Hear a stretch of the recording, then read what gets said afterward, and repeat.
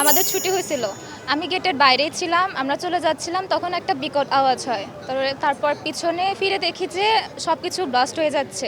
পরে লোকজনের ঠেলায় আমরা বাইরে বের হয়ে গেছিলাম। পরে আমাদের পাশে তো যেটা বললো যে আর্মিরা থাকে, তো গেট টেট সব লক করে দিছে, আমরা আর যাইতে পারি না। আমার অনেক ফ্রেন্ড ভিতরে ছিল, আমি বাইরে থেকে কান্না করতেছিলাম। পরে দেখি সবাই কান্না করতেছে, সবাই হাহাকার করতেছে যে আমার ছেলে কোথায়, আমার মেয়ে কোথায়, আমার ফ্রেন্ড কোথায়। তখন আমি ওখানে অনেকক্ষণ ছিলাম, দেখি যে মানে আর্মি থেকে যাচ্ছে, অনেকেই যাচ্ছেন ওখানে। কিন্তু আমি একটা জিনিস আমি লক্ষ্য করলাম যে ঘটনা ঘটার আমি 1 ঘন্টাও ধরি, তার মধ্যেও মানে লাশের সংখ্যাটা ঠিকভাবে কেউ বলে না। এত বড় একটা ব্লাস্ট, ওইখানে অনেকেই মারা যাবে, এটা সবাই জানে, মানে যে দেখবে সেই বলতে পারে। কিন্তু কেন যে লাশের সংখ্যাটা এত কম বলা হচ্ছে, কেন যে মৃতের সংখ্যা এত কম বলা হচ্ছে, আমি জাস্ট এটা নিতে পারতেছি না।